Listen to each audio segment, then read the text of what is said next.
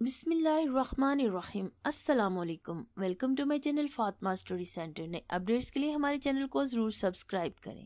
ایک مرتبہ ایک بوڑھا بابا جی روٹی چوری کرتے ہوئے پکڑا گیا۔ وہاں کے مقامی لوگ اسے پکڑ کر قاضی کی عدالت میں لے گئے۔ قاضی نے بوڑھے بابا جی سے بہت سے سوالات کیے، لیکن بابا جی نے کوئی جواب نہیں دیا۔ بالآخر قاضی نے فیصلہ سنا دیا۔ بابا جی روٹی چوری کرنے کے جرم میں 1 درہم تندور کے مالک کو بطور جرمانہ ادا کرے گا۔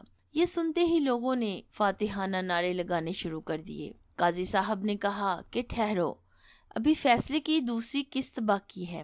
سب لوگ سمجھے کہ اب شاید بابا جی کو قید کی سزا بھی ہوگی، لیکن قاضی کے فیصلے نے سب کو حیران کر دیا۔ قاضی نے گرجدار آواز میں فیصلہ سنا دیا۔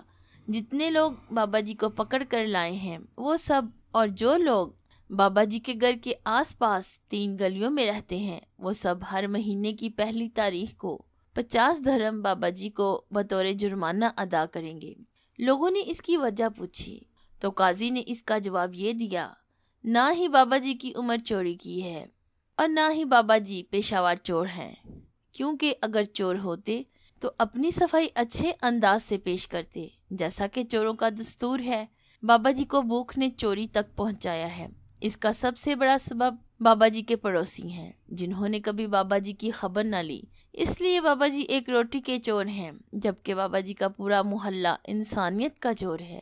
جو سزا میں نے سنائی ہے حقیقت میں تمہارا فریضہ تھا جو تم ادا نہ کر سکے، اس لیے اس کو جرم کا نام دیا گیا۔ قاضی کے فیصلے نے بابا جی کی آنکھوں سے آنسو نکال دیے، جبکہ تماش بینوں کی گردنیں جھکا دیں۔ یہ بات بطور نصیحت لکھی گئی ہے۔ وقت بہت نازک ہے، اپنے پڑوسی کا خیال رکھیں۔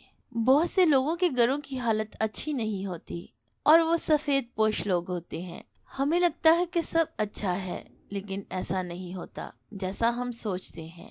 اللہ تعالی ہم سب کو اپنے ارد گرد رہنے والے لوگوں کا خیال رکھنے کی توفیق عطا فرمائے، آمین۔